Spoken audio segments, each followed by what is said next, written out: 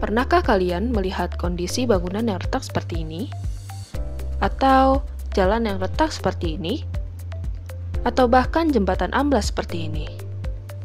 Apabila dilihat dari kacamata teknik sipil, masalah-masalah tersebut bisa saja terjadi karena daya dukung tanah yang kurang memadai, sehingga tanah tidak stabil dan tidak mampu menahan beban bangunan di atasnya.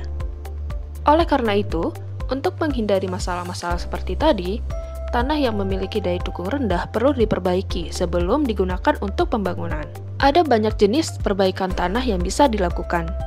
Di Indonesia, sudah ada SNI 8460 tahun 2017 tentang persyaratan perancangan geoteknik yang mengkategorikan jenis-jenis perbaikan tanah sesuai dengan jenis tanah atau ukuran butiran tanah yang akan diperbaiki. Secara umum, metode perbaikan tanah dapat dibagi menjadi dua, yaitu perbaikan tanah mekanis dan kimiawi. Perbaikan tanah secara mekanis diantaranya adalah blasting, compacting, stone column, konsolidasi, PVD atau prefabricated vertical drain, dan penggantian tanah. Sedangkan perbaikan tanah secara kimiawi diantaranya adalah grouting dan mixing. Salah satu metode perbaikan tanah secara kimiawi yang sedang dikembangkan adalah metode calcite precipitation, yang memanfaatkan kristal kalsit dari hasil reaksi antara urea dan kalsium klorida untuk memperkuat tanah.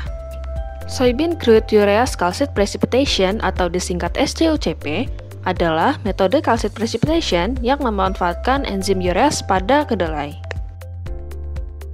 Pengaplikasian metode SCUCP bisa dibilang lebih mudah jika dibandingkan dengan metode konvensional yang lain, di mana larutan SCUCP dituangkan pada tanah, lalu setelah beberapa hari curing, kalsit akan terbentuk di antara butiran tanah.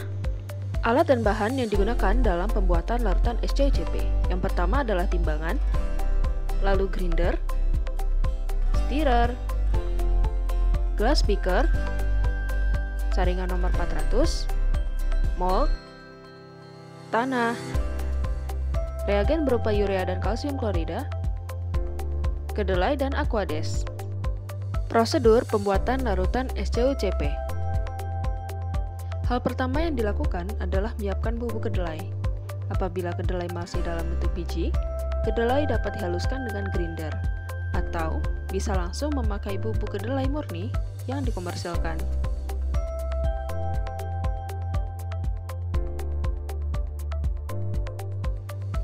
Kedelai hasil grinder perlu disaring lagi agar mendapatkan butiran yang lebih halus seperti ini. Bubuk kedelai kemudian dilarutkan dengan aquades sesuai dengan konsentrasi yang sudah ditentukan.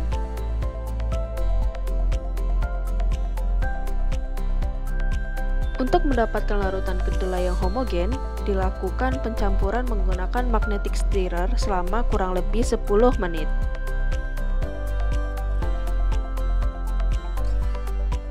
Setelah larutan kedelai homogen, larutan disaring dengan saringan nomor 400 untuk mengurangi partikel-partikel dari kedelai.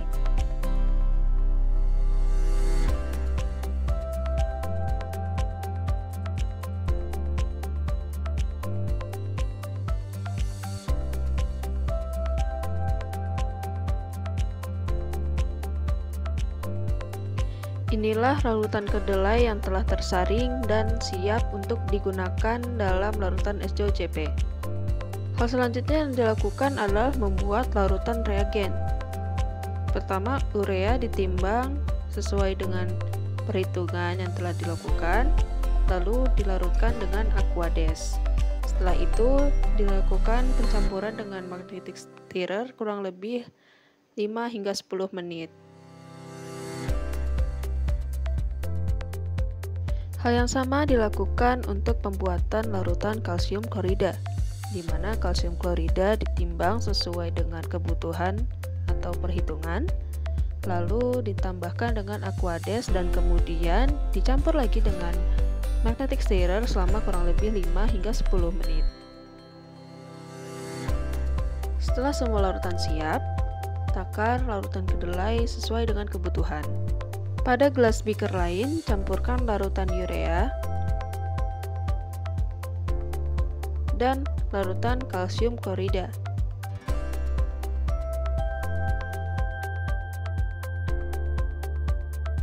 Setelah itu, masukkan larutan kedelai ke dalam larutan reagen.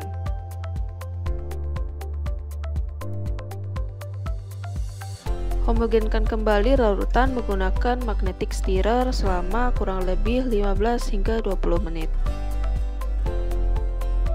Seperti inilah larutan SCUCP yang sudah siap untuk diaplikasikan pada tanah. Berikut merupakan contoh dari pengaplikasian SCUCP pada tanah pasir. Tanah pasir ditimbang lalu dimasukkan ke dalam mold secara perlahan menggunakan corong untuk mendapatkan kepadatan yang sudah didesain. Kemudian larutan SCUCP dituangkan dari atas pasir di dalam mold hingga seluruh larutan masuk. Setelah 3 hingga 7 hari, sampel akan mengeras seperti pada video, sehingga tanah siap untuk diuji.